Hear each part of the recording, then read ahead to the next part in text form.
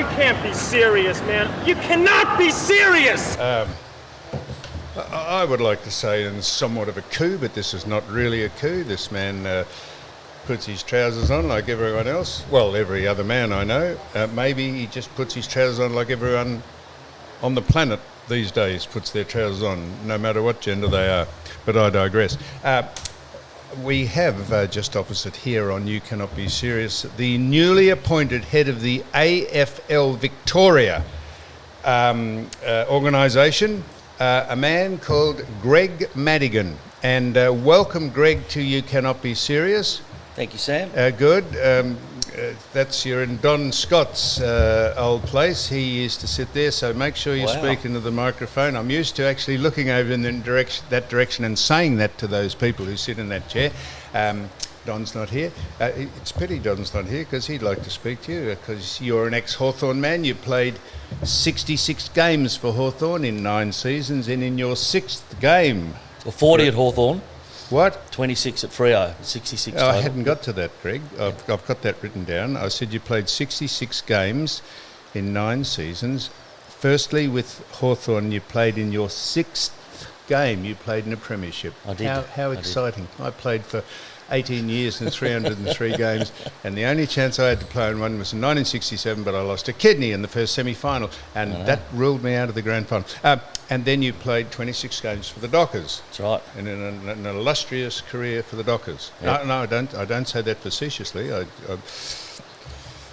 They just started, hadn't they? They did, yeah, 95 was the first year. Is that when you were there? Yep, so I went over in 95. They'd sort of formed the team pretty much prior to that. I went over in February. So there was one spot left on their list, and they had a February draft at that time. All of the squad had been picked prior to that, and they had one spot left, and Ben Allen was captain. Yes. Who I played with at Hawthorn. Who was the coach? Jared Newman. Yes, I should have known that. Benno rang up sort of the night before the draft and said, "What are you doing?" Because he knew I'd been delisted from Hawthorn, and I said I was still training at Hawthorn, but I had an agreement. Ricky Nixon, who he both know, was my manager. Holy mackerel! Well done. With so Nixon. Chicken had sort of arranged an agreement with Richmond that if I was in the draft at that time that they had a pick, I was going to go to Richmond. Freo had a pick earlier, and I said to Ben, "Yeah, no worries, I'll come over." And so went over in February, and that was it. Now, in the day, Ricky Nixon was quite an operator, wasn't he? He was. He is quite an operator these days, Yes. but for a whole lot of different reasons. But we should give credit where he is due. He was a huge influence and Pioneer, absolutely. Wow, it's a pity. He might even drop in. He might not. We might not put him on air. Well, we would. So this is a little bit of window dressing here, Greg, until we get on to the main reason why you're here is to... So you have just been... You come from a background of industry or commerce, or what did you do before you took this role up? I think I know what you did. Did you work primarily for sales and marketing roles in consumer goods. I had 16 years at Lion in Lion the beer Nathan, business. Yep. The brewery. Yep. That's right, I knew that. It was a lot of fun. I had 4 years at Schweppes after that, 4 years as a director of a TAFE, most recently in a private business called Sorted, which is a digital platform in real estate. So, why did you accept? Were you headhunted for this position as head of AFL Victoria? Why did you accept this role, and why did you want to do it, and who asked you to do it? Yeah, so not headhunted. No, I was looking for a change out of Sorted, and we just had a conversation with a number of people and looking at different roles. I was quite keen to get back into a role in a much larger organisation. Yeah. Sorted was a start-up business. A much larger organisation than Lion Nathan or Schweppes? I would have loved to have gone back into an organisation like that. Yeah. And so I was looking at getting back into that, and being in a start-up is quite difficult. You know, there's a number of different hats you've got to wear at different times, and not always the hat you want to wear at the time you want to wear it. So whilst it was a good challenge, I was just looking for something different and get back into that corporate world, and went and had a chat to Rob Old.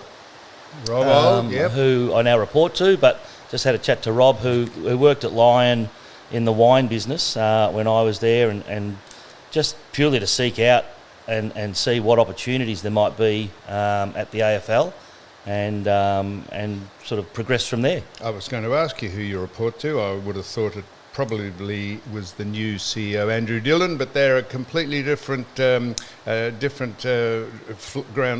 on the level of AFL, are they? Andrew's on a different floor, yeah, but I mean Rob's on the exec, so we're a function of Andrew's team. Yeah. Now, before we get on to what they require you to do and what you would like to do, is this because you are a passionate AFL fan, or is it just a career opportunity that you thought you would embrace? I wouldn't say I'm a passionate fan. I love the game. You know, it's delivered a lot for me. Yep. Yeah, I really do. Yeah. No, I love the game. It's delivered a lot for me, but go on. I'm passionate about my career and roles that I want to do, and certainly about leading teams. So it gives me that opportunity. But you know, I think the bigger piece about it was that it's back in a large organisation that, you know, particularly in Victoria, has the interest of everyone. I'd hate to go and work for an organisation and someone asks you what do you do, and you tell them what they do, and the next question is what else do you do? Yep. You know, I think at the AFL and at Lion and at Schweppes, every time you mentioned what you did, people are interested in it. It becomes part of your life. Work is part of your life, and you know, that's a big part of why I've sort of wanted to get back into that area. Now, it says in the job description, which of course we try and have some vague knowledge about who we're speaking to.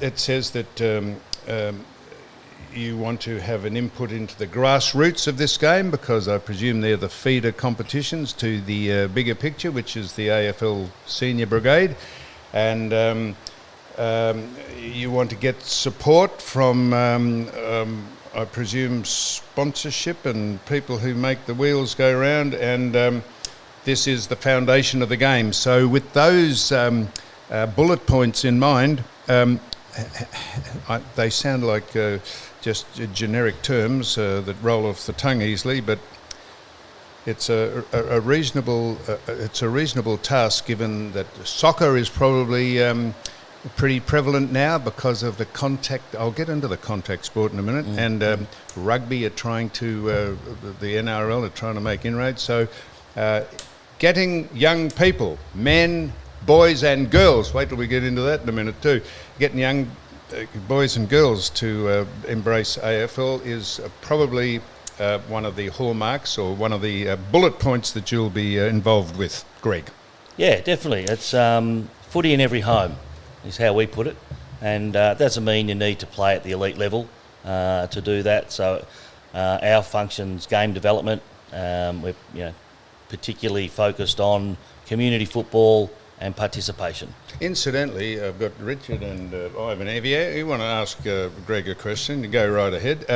So you took over from Ben Kavanagh. Did he step down, or was he not doing the job, or we get on well with him? You didn't knife him or anything. He just stepped down. Ben. Did he? I don't know Ben. He resigned, and I think he was from Adelaide and was heading back home. Yeah, family reasons and career opportunities and all that sort of stuff. Yeah, whatever. Must be. Yeah. So, could I suggest that when you take over junior football, would there be any chance, Greg, that you might bring back the competition level where we score and we have winners and losers, and we prepare the youth of today for the real world, rather than no one knows who wins, no one gets any accolades for kicking a goal, no one cheers the winner, no one boos the loser? Would it be possible to bring just that simple fact, is that we play for a reason, and that is to see who is the best? Well, that happens now. I don't At a certain age, they do. Oh, at a certain age. What age would that be that starts? It varies across the state, but it's around 8 to 10. So a competition. So we play for juniors. Scores, and we embrace the winner, and we congratulate the loser for being part of having fun and being enjoyable. But you are nevertheless weren't successful today, and hopefully next week you will be. Under 10 or under 9, you don't think people are ready for that? Not what I think. It's not what you think. It's what is the It's what structure you're- at the moment, and the key thing for us is to drive participation. Yes, I understand that. And so whether they have scores or not, doesn't necessarily increase or decrease participation. And our role is to just create programs that get kids started in the game, build the skills, move towards where there is competition, and there is competition in footy across the state. Generally, it's thriving. You just said that doesn't matter what you think. Does that mean that you are directed to think? Not at all. Oh, well, you said it doesn't matter what you think. I said it's not what I think. If you thought we should just give little medals out or little cups to the winners and embrace the losers and say it's fantastic you competed. If you thought that, you might be directed not to have that particular attitude. Oh, I think if I thought it, there's definitely the opportunity to present your thoughts and put forward things. I've been 6 weeks. I had 3 weeks off, but 6 weeks into it before Christmas. I've no doubt that if I've got thoughts on the state of football in Victoria, that I can put those forward and it'll be heard in reasonable context and debated, and at the end of it, we'll come to an agreement to move forward in a particular way.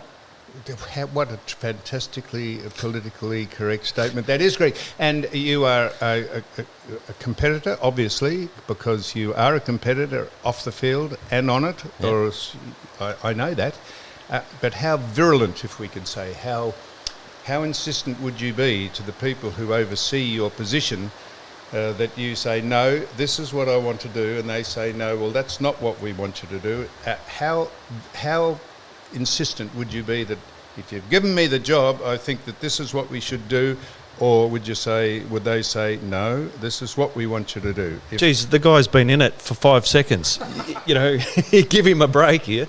Well, that's fair enough. I don't think that in any role... Could I add, it's never the questions you ask, Greg, it's the answers you give. So you can say exactly what he said then, if you like. No, that's good. Why am I telling you that?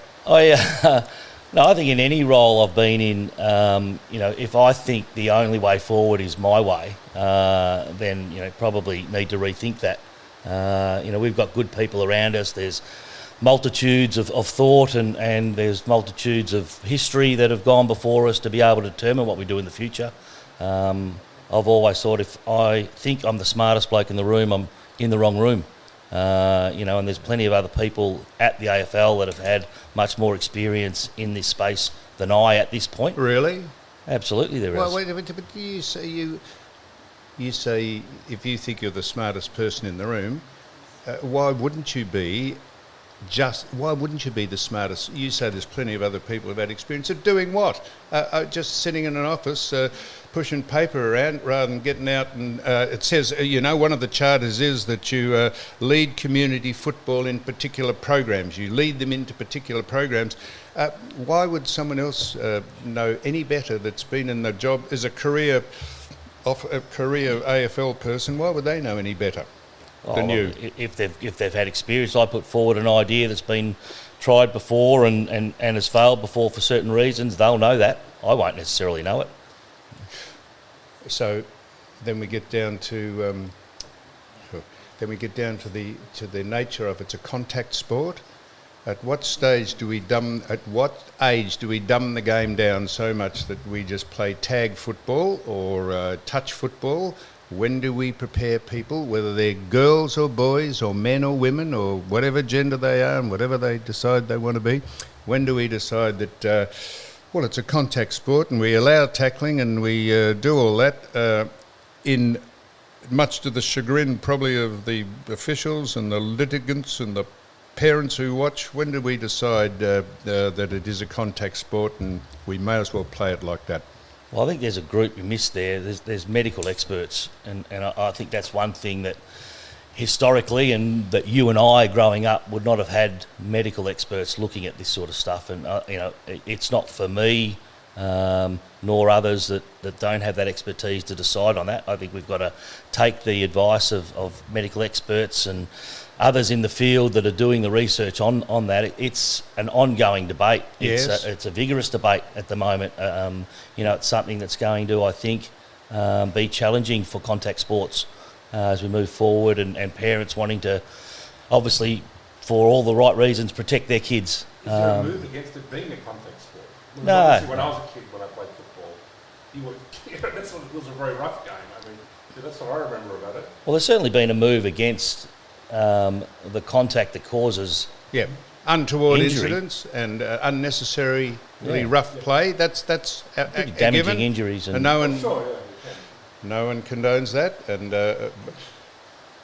so the medical people have a great input into how this game is going to be played because of the litigious nature of people who get injured and their because. I think Greg. the litigious outcomes, are obviously a concern, but I think that it's the health of the individual that's at the first point of concern. It is, but by the very nature of the fact that it's a contact sport, there is an onus of responsibility on people who play the game that they may get injured just through the normal course of playing football, which is a contact sport, because the rules allow for you to tackle someone reasonably hard, although they've watered that down. You can't use over-aggressive tactics now, even if they're legal and within the law. And you can't bump people and you can't shepherd people, and we're succumbing to the fact that we're getting a fraction soft.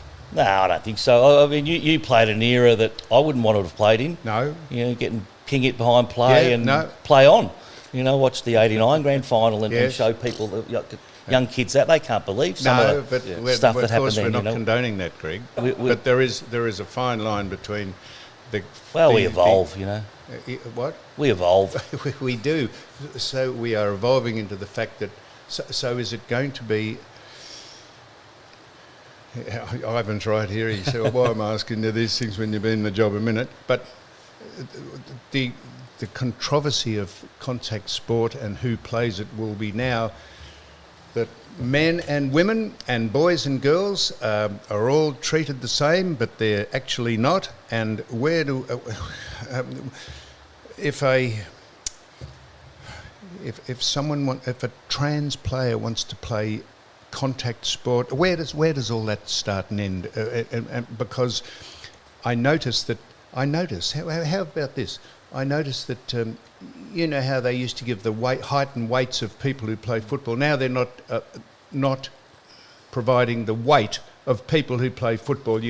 Greg Madigan, 6'3" or 189 centimetres and 90 kilograms. They're not. I wish. Yeah, well, whatever, whatever. They're not giving the weights now because it is politically incorrect to put the weights of female players. We roll our eyes up at that, but the activists say that we're not going to say how heavy a girl or a woman is who play football because that's actually tantamount to fat shaming. So no one's going to be weighed. That is in the men's or the women's competition. How ridiculous? How ridiculous is that? I don't. I've never had a conversation to say height. I think is relevant because there's an advantage. But I've never had a conversation with anyone in my time of footy to say, "Well, that player's X kilos against that player who's Y kilos." So there's going to be I'm just saying in the stats they don't give the weights. I think they're irrelevant. Yeah, but I think they're irrelevant. The weight of players these days.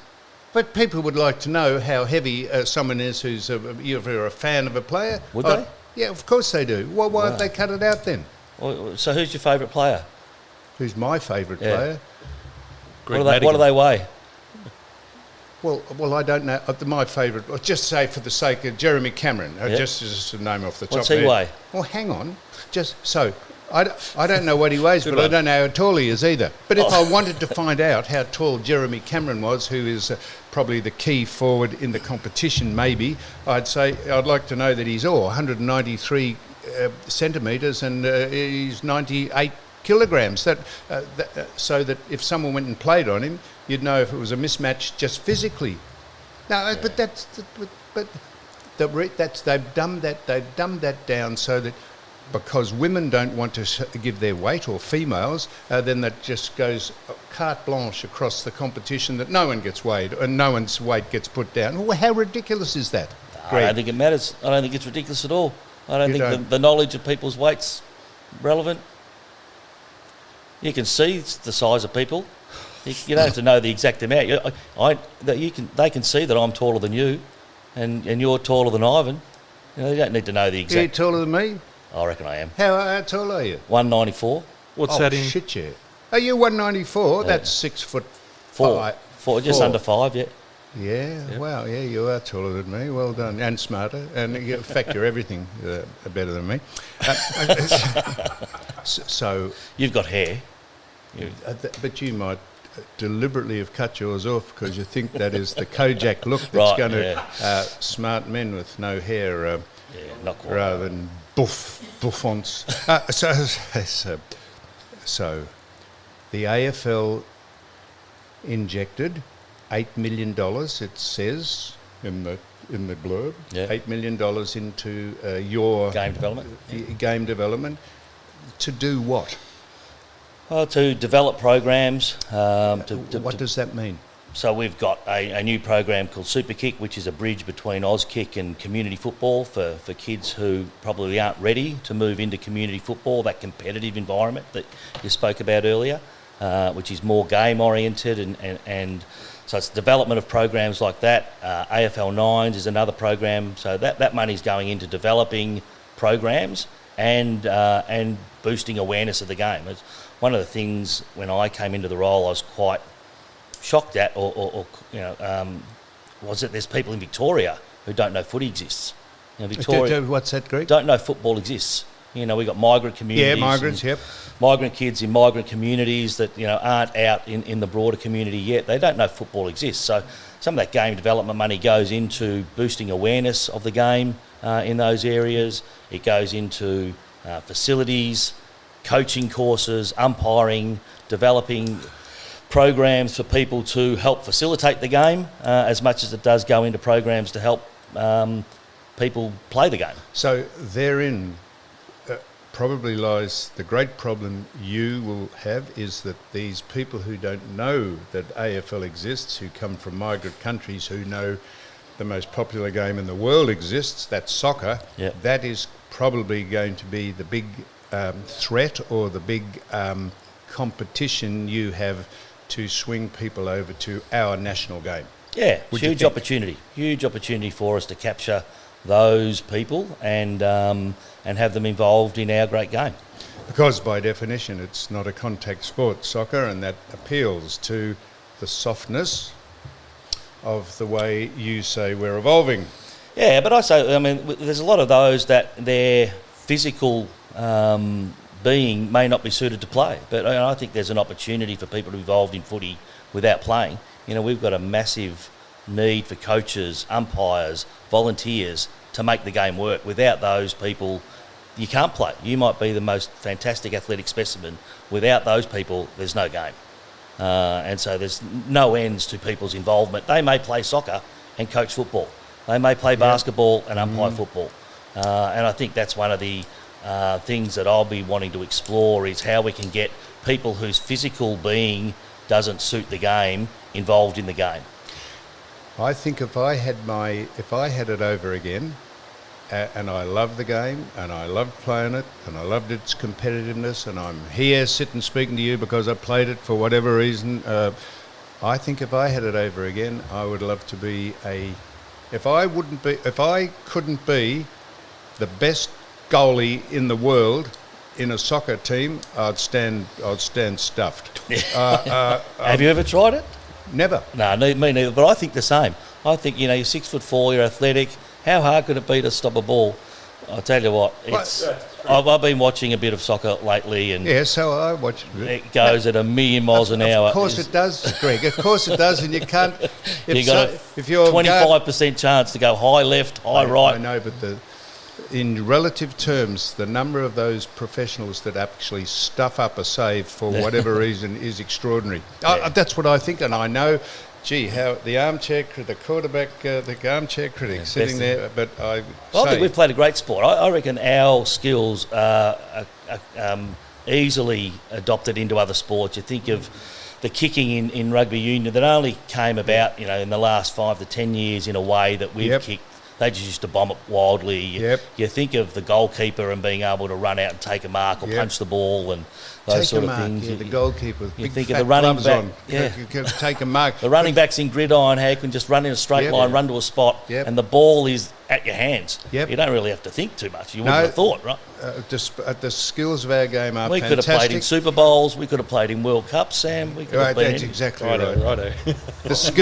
The skills of the game, our game, are fantastic, except, in my opinion, Greg, they're just completely become irrelevant with the nonsense of the way our game's played. That's. I'm not asking your opinion about that, but the skills, the people, they're adept at both sides of their body, and they've got good stamina and all that. But as long as we can just keep the ball off people and have no one attacking us or running at us until the final, it's got to happen. Everyone tries to save the game before they try to win it. But soccer, how much competition is there against soccer and AFL? Do you sort of quantify that somehow? Is soccer inch by inch taking over, or where AFL's I think holding every steady? sport's competing for a participant to some extent. Yep. Some more than others. Some are more direct, and others not so much. That's another alternative for people. I think for us in the most dominant sport in the country, from a participation point of view, need to be aware of all of that. But even outside of sport, there's electronic distractions and competition that's coming. There's people's time. I think since COVID, I even know myself. You change the way you look at your own personal time and what you're going to do. And there's a lot of parents making decisions about family time and that to then affect a child's ability to participate in any sport. Yeah, because I know my nephews and nieces, they all wanted soccer jerseys from overseas.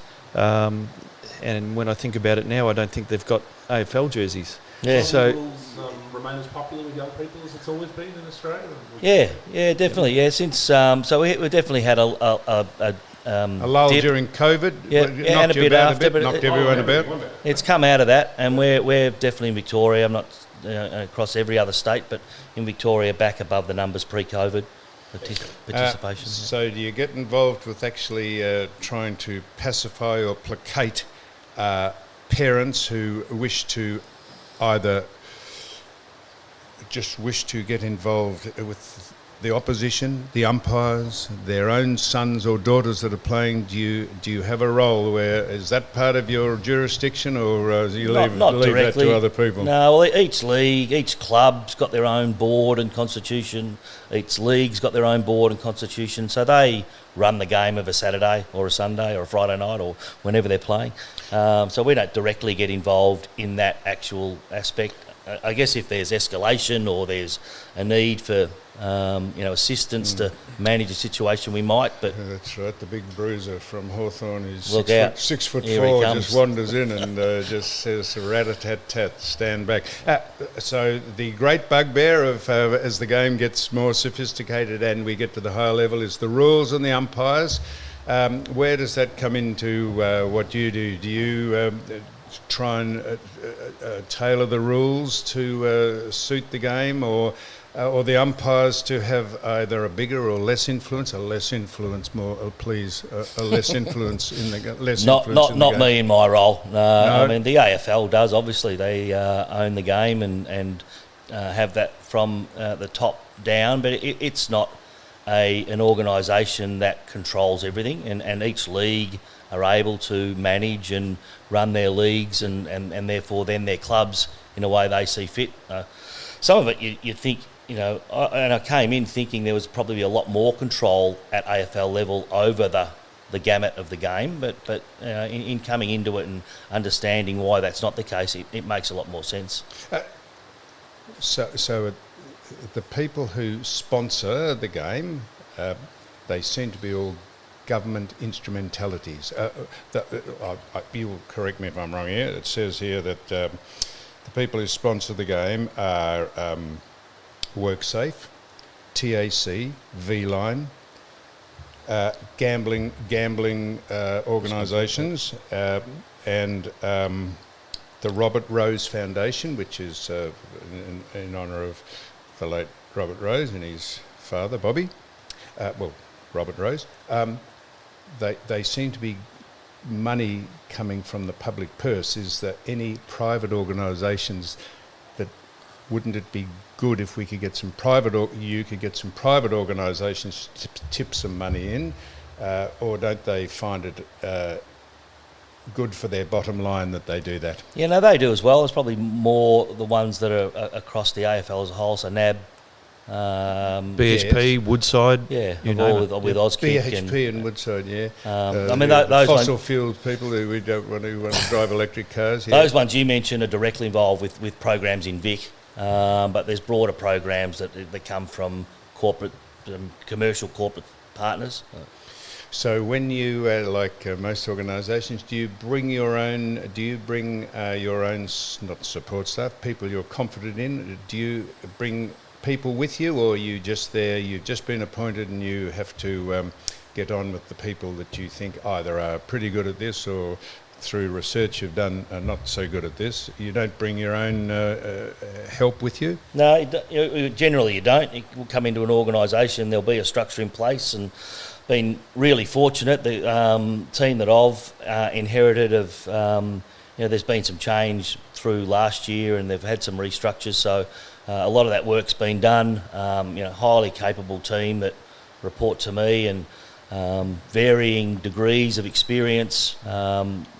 Jack Henty, who started on the same day as me, young kid, been at St Kilda Footy Club, and worked for the AFL in the Northern Territory. He's probably the least, right up to John O'Donoghue, who's been there for quite a number of years and knows sort of football across the state like the back of his hand. So. Now, Greg, I don't want to ask you your personal affairs, but I presume you have a contractual arrangement with the. How long have you? Do you have a contract that you've been signed on to do it for a period? Employee, so direct employee. A direct employee that's ongoing as you perform it. Yeah. Just ongoing employee. So it's not a term. No, not a term. So at some stage they could say, Greg, correct.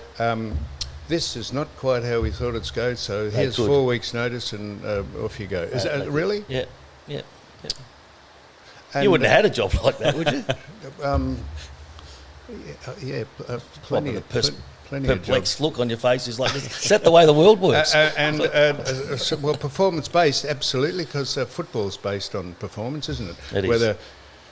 Whether they cancel your contract or you don't get a game, if you don't perform, no matter how much they're paying you, they don't play you, because they're trying to win a pennant at some stage rather than just see out a contract. Yeah.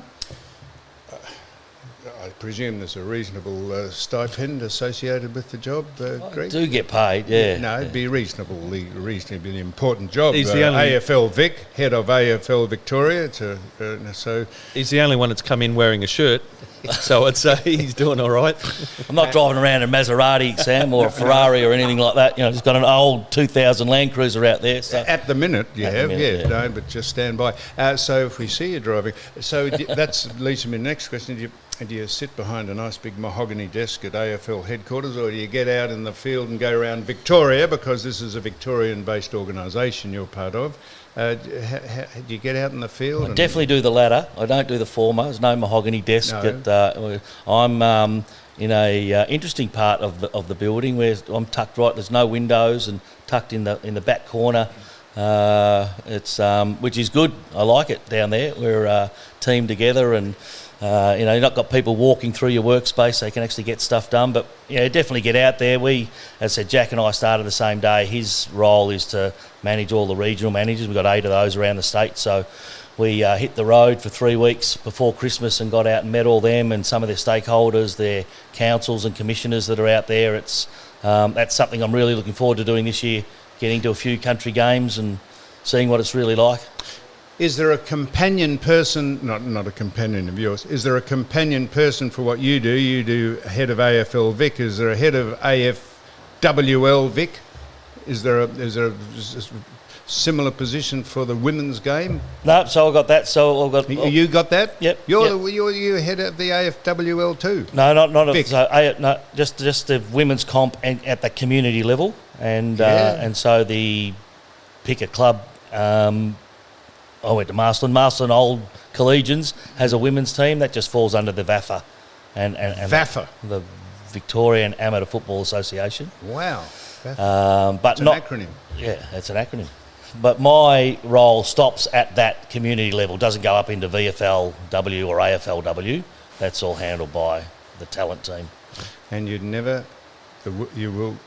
would, if you have a man or a male transitions into being a woman and starts playing against biological women, do you see that being a problem in the future? Or you don't want to get involved in answering that question? Yeah, I'm not getting involved in answering that at this stage. Let me tell you, that's going to be the biggest problem in sport, no matter what sport you play, as we evolve. Yeah, well, I think that one of the things with us is, I mean, sport is fairly similar across the world.